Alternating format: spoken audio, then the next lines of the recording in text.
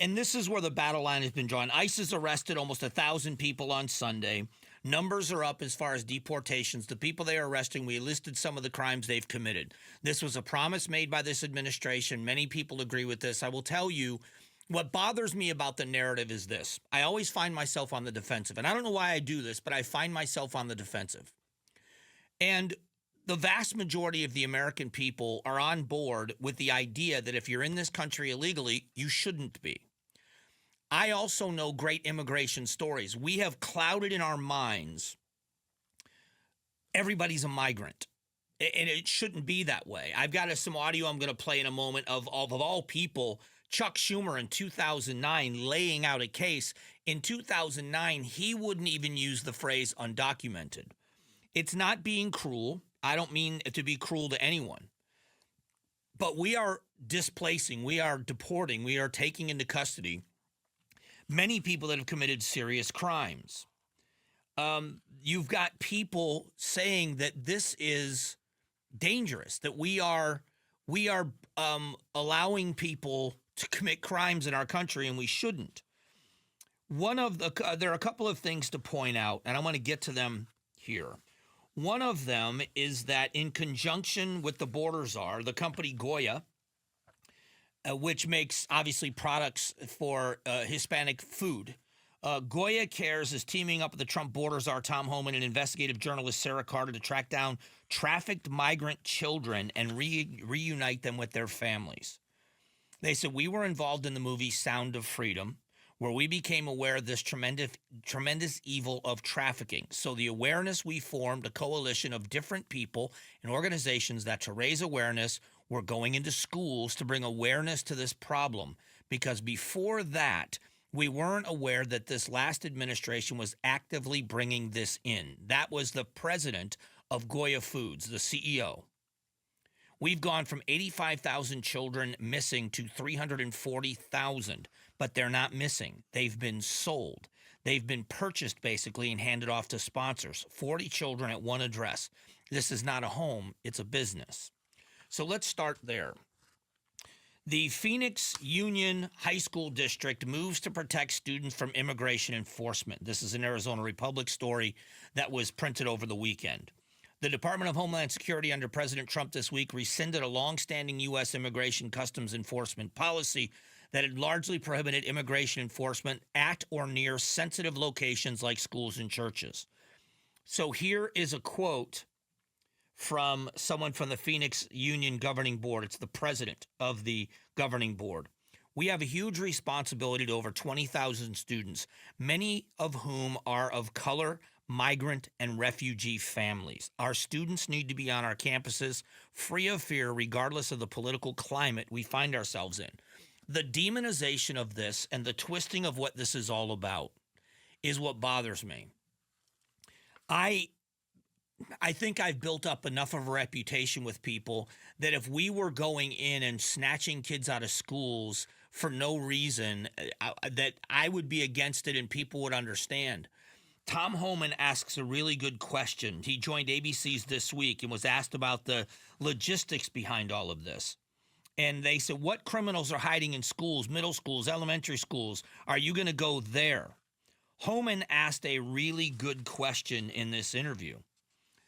He said, how many MS-13 gang members are between the ages of 14 and 17? How many of them? I've had the privilege of attending and listening to the keynote speakers of experts when it comes to criminal gangs in our country. There is the Arizona Gang Investigators Association, known as ASGIA, and I've had the privilege of reading off awards and commendations of people that risk their lives every day to stand in the gap with these evil gangs that will commit acts of terrorism to control neighborhoods. And that is not an overstatement. They use violence as a terrorizing tool. They commit acts of violence, of torture, of murder, and of mutilation in order to just build the biggest fear in people.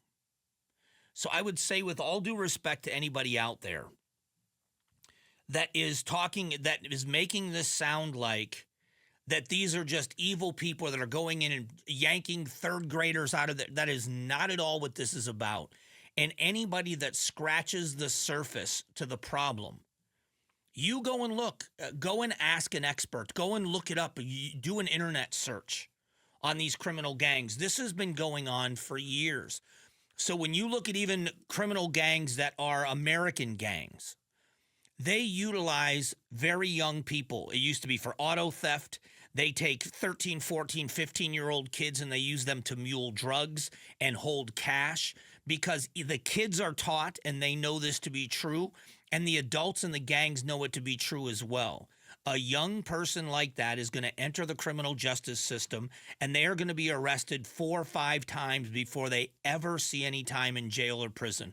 So the kids know it's a revolving door. They're going to get a slap on the wrist, and they're a safe place for the criminal gangs because if an adult gang member did this and got caught, they'd go to prison for years.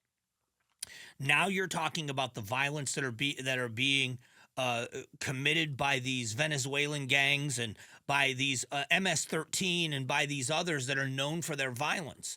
And they're 14 to 17 years old.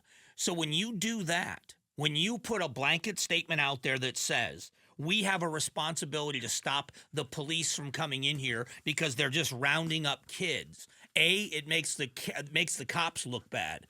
But what about the teachers? We talked to the superintendent of public schools, and they do a survey when teachers leave the profession. Pay is the number one reason why teachers leave the profession. And the second highest reason in the survey is there is no discipline and no backup from the administration. I have heard, and again, you can look all of these things up. There have been school administrators that have found drugs on kids, have found multiple weapons. I've seen pictures of knives. We know that one student was caught with 2 guns, and the policy of the school district was to take the guns and turn the guns over to the police, but not give the name of the student that they got the guns from. It's a different world. I graduated from high school in 1985. Kids fought. There was a memory that has been burned into me that during a pep rally in our school gym, one kid hit another kid with brass knuckles. That happened in 1984, and I remember it like it was yesterday because it was shocking. People fought. Now it's murderous. Now you're talking thousands and thousands of dollars in gangs that commit acts of violence. I'm not saying that we have it everywhere and it's an epidemic, but to deny that it exists and act as if you are helping kids and protecting them by telling these gang members you're safe on school property is ridiculous. Talk to a teacher. Talk to some of the teachers about the fears they have of safety in school. Kids that don't want to go into the restrooms because of what's going on in the restrooms. This is an issue everywhere in this country, and we are not immune. And to say we will not allow, we will fight ICE from going on these campuses, you don't think that any of these MS-13 gang members are on any of these campuses? You don't think that that's where they'll hide? Of course that's where they'll hide. And that's where they'll hide their weapons, and that's where they'll hide their drugs. And that is why it's important to have a unified front that said, wherever you are, we are going to work to get the criminals out. There should be a balance. There is a nuance to this. It isn't black and white. And it scares me because if these gang members know that the only place that their drugs and their weapons and they are safe is on these campuses, campuses become more dangerous. It's just something to consider. Thanks for watching the Mike Broomhead Show. Catch up on Amazing Arizonans, a KTAR News podcast, and click the button in the middle to subscribe.